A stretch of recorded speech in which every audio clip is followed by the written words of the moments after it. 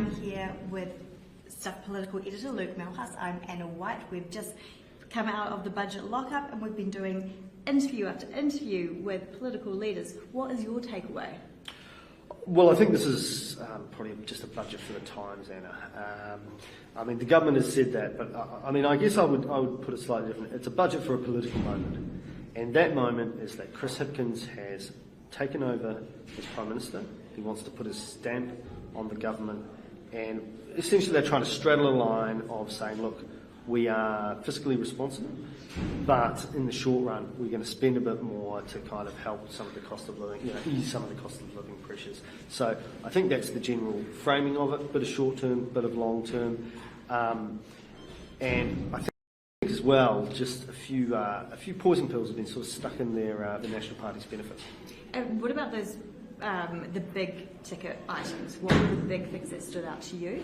Oh, well, the big things I think the same that stood out to everyone. It's free prescriptions, it's extended childcare for childcare subsidies for 2-year-olds, some of the free public transport. I mean, they're the short-term retail politics things, and Labor will be betting that those things.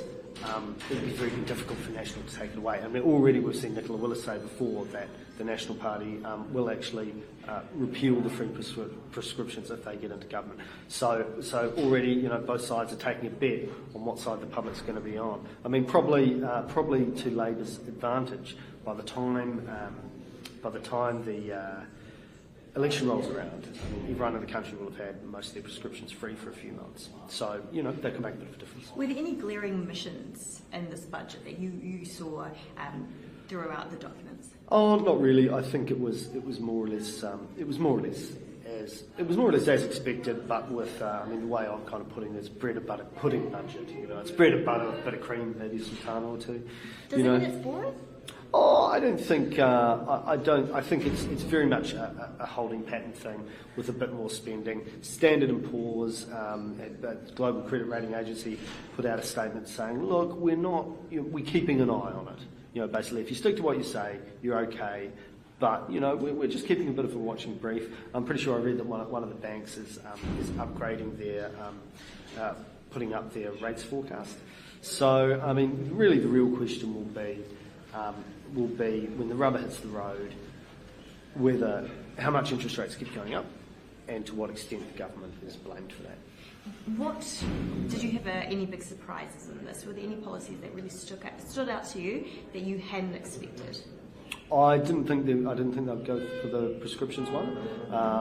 It's a relatively, in the general scheme of things, it's a relatively low cost way to, help a few people out there. So that was probably a big surprise. Was it bold? Do you find this at all bold? No, but I don't think it was meant to be. Labor, the last couple of budgets have been kind of bold budgets, but they've sort of done things that, rearranging the healthcare system, doing a bunch of kind of new climate change spending, but none of that really affects voters immediately now. This is more about the here and now, and then saying, well, in the future we're also going to build a resilience fund to help us deal with cyclones and climate change and that sort of thing. Bit of a science innovation centre.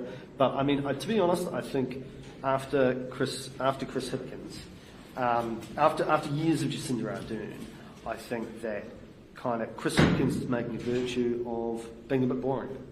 I think there's a feeling that she was the dynamic kind of global personality, and he wants to be a kind of bread and butter, back to basics, no frills sort of Prime Minister. So I think that's kind of what they've been trying to do. The bread and butter pudding served up to New Zealanders. How do you think they're going to take it? Oh, I think it'll probably be. I never like to make predictions on these things, right? We'll find out on election day, but I think it'll probably be received pretty well. However, I think the National Party's done a very good job, National ACT parties over the last year or so, of embedding the idea amongst the public that there's a bit of a problem with spending, and that there could be a bit of a problem with debt, and so they'll be trying to kind of push on those anxieties, I'd say.